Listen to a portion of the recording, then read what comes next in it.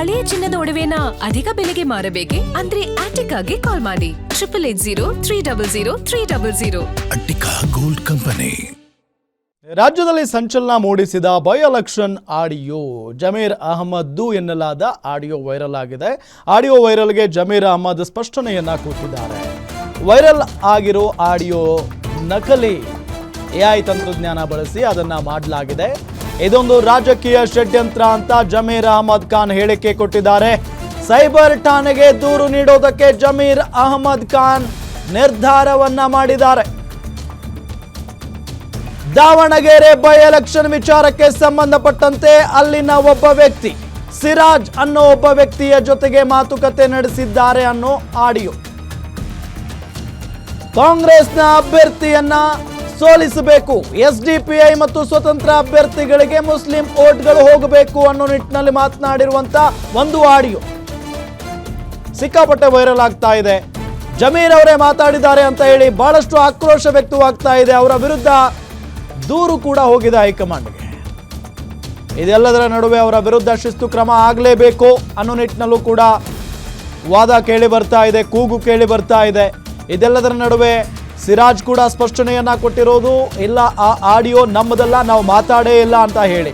ಇದೆಲ್ಲದರ ಜೊತೆಗೆ ಜಮೀರ್ ಅಹಮದ್ ಖಾನ್ ಅವರು ಕೂಡ ಸ್ಪಷ್ಟನೆ ಕೊಟ್ಟಿದ್ದಾರೆ. ಆ ಆಡಿಯೋ ನಮ್ಮದಲ್ಲ, AI ತಂತ್ರಜ್ಞಾನ ಬಳಸಿ ಆ ಆಡಿಯೋವನ್ನ ಕ್ರಿಯೇಟ್ ಮಾಡಿದ್ದಾರೆ. ಸೈಬರ್ ಠಾಣೆಗೆ ದೂರು ನೀಡ್ತೀನಿ ಅನ್ನೋ ನಿಟ್ಟಿನಲ್ಲೂ ಕೂಡ ಜಮೀರ್ ಅಹಮದ್ ಖಾನ್ ನಿರ್ಧಾರವನ್ನ ಮಾಡಿದ್ದಾರೆ. ಒಂದು ಈ ಆಡಿಯೋದಿಂದ ಜಮೀರ್ ಅಹಮದ್ ಖಾನ್ ಅವರಿಗೆ ದೊಡ್ಡ ಮಟ್ಟದ ಹಿನ್ನಡೆ ಆಗೋದ್ರಲ್ಲಿ ಅನುಮಾನನೇ ಇಲ್ಲ. ಯಾಕೆ ಅಂತ ಅಂದ್ರೆ ಈಗ ಹೊಸ ಮುಖ್ಯಮಂತ್ರಿಗಳು ಬರ್ತಾ ಇದ್ದಾರೆ, ಜೊತೆಗೆ ಸಂಪುಟ ರಚನೆ ಆಗುತ್ತೆ.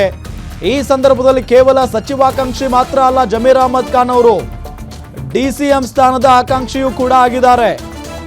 ಹಾಗಾಗಿ ಇದು ಎಲ್ಲೋ ಒಂದ್ ಕಡೆ ಮುಳುವಾಗುವಂತ ಸಾಧ್ಯತೆ ಇದೆ ಜಮೀರ್ ಅಹಮದ್ ಖಾನ್ ಅವರಿಗೆ. ದಾವಣಗೆರೆ ಬೈ ಎಲೆಕ್ಷನ್ ವಿಚಾರಕ್ಕೆ ಸಂಬಂಧಪಟ್ಟಂತೆ ಪಕ್ಷ ವಿರೋಧಿ ಚಟುವಟಿಕೆಯನ್ನ ನಡೆಸಿದ್ದಾರೆ ಅನ್ನೋ ಆರೋಪ ಇವರ ಮೇಲೆ ಬಂದಿದೆ. ಈಗ ಪಕ್ಷದ ವಿರುದ್ಧ ಚಟುವಟಿಕೆ ನಡೆಸಿದವರಿಗೆ ಯಾವುದೇ ಪಕ್ಷ ಆಗಲಿ, ಯಾವುದೇ ಪಕ್ಷಗಳಾಗಲಿ ಅಲ್ಲಿ ಕ್ರಮ ಆಗೇ ಆಗುತ್ತೆ, ಶಿಸ್ತು ಕ್ರಮ. ಅದರಲ್ಲೂ ಕಾಂಗ್ರೆಸ್ ಅಂತ ಬಂದಾಗ ಬಹಳಷ್ಟು ಶಿಸ್ತು ಕ್ರಮಗಳನ್ನು ತೆಗೆದುಕೊಂಡಿರುವಂಥ ಉದಾಹರಣೆಗಳು ಕೂಡ ಕಣ್ಣ ಮುಂದಿದ್ದಾವೆ. ಪಕ್ಷದಿಂದ ಬಹಳಷ್ಟು ಜನರನ್ನ ಹೊರಗಾಕಿರುವಂಥ ಎಕ್ಸಾಂಪಲ್ಸ್ ಇದ್ದಾವೆ.